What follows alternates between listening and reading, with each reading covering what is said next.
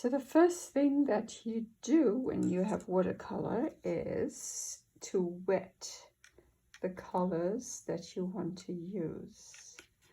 I know that I'm going to use a lot of greens to start. So I'm wetting my green and I'm wetting my yellow. And which color makes green when you add it to yellow? Do you know? Did you get it right?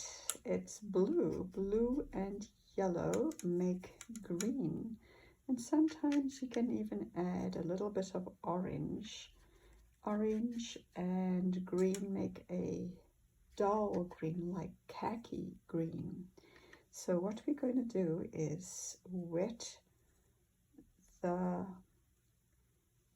watercolor, the cakes of watercolor, and let it soak in a little bit, and then bring it over to the lid so that you can mix your colors in the lid.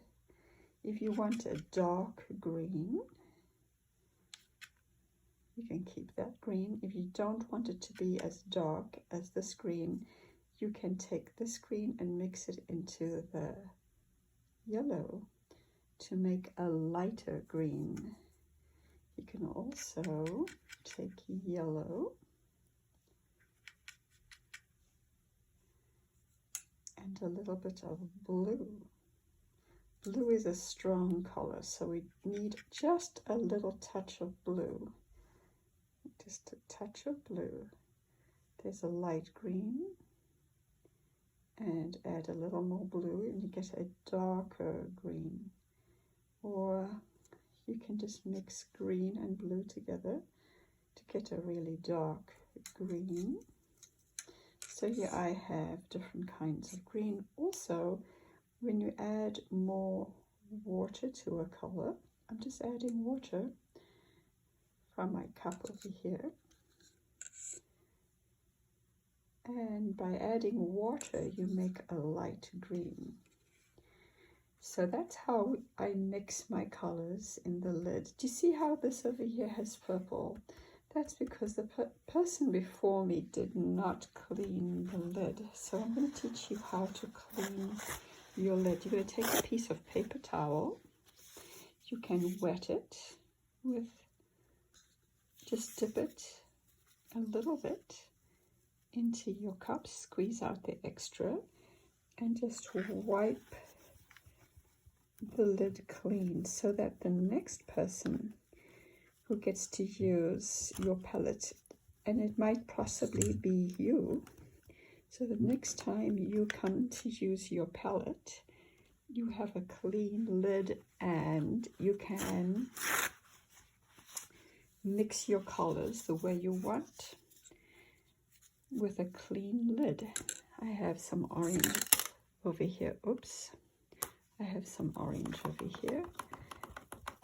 Just use a damp paper towel and wipe the lid clean like this.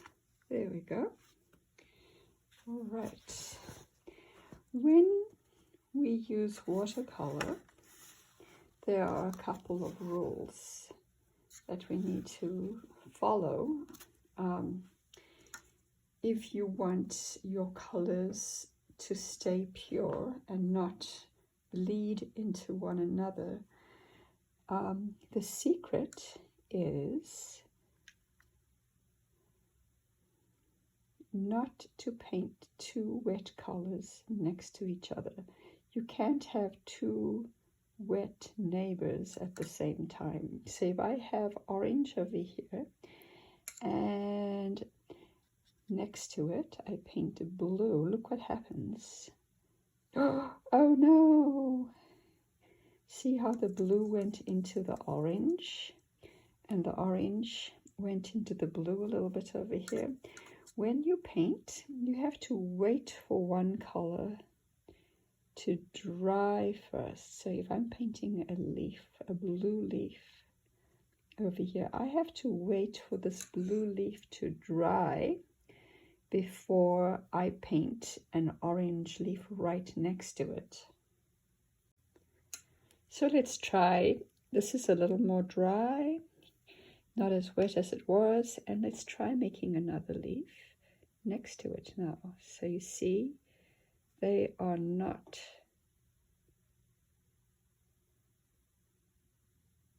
leading into each other like the previous two neighbors were, because one neighbor, the blue neighbor, is not completely dry, but it's a little bit drier, and see how these two ran into each other.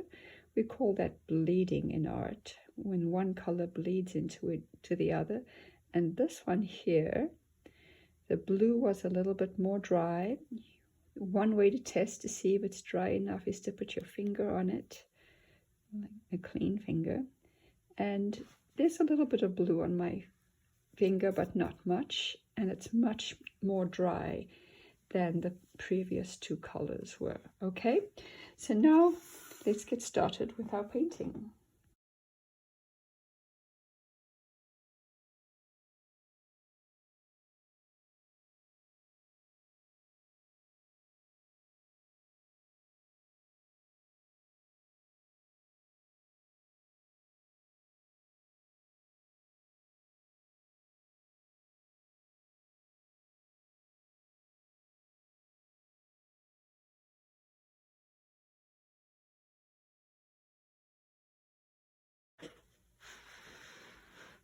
Did you notice that when I painted the leaves, that none of the wet leaves are touching other leaves?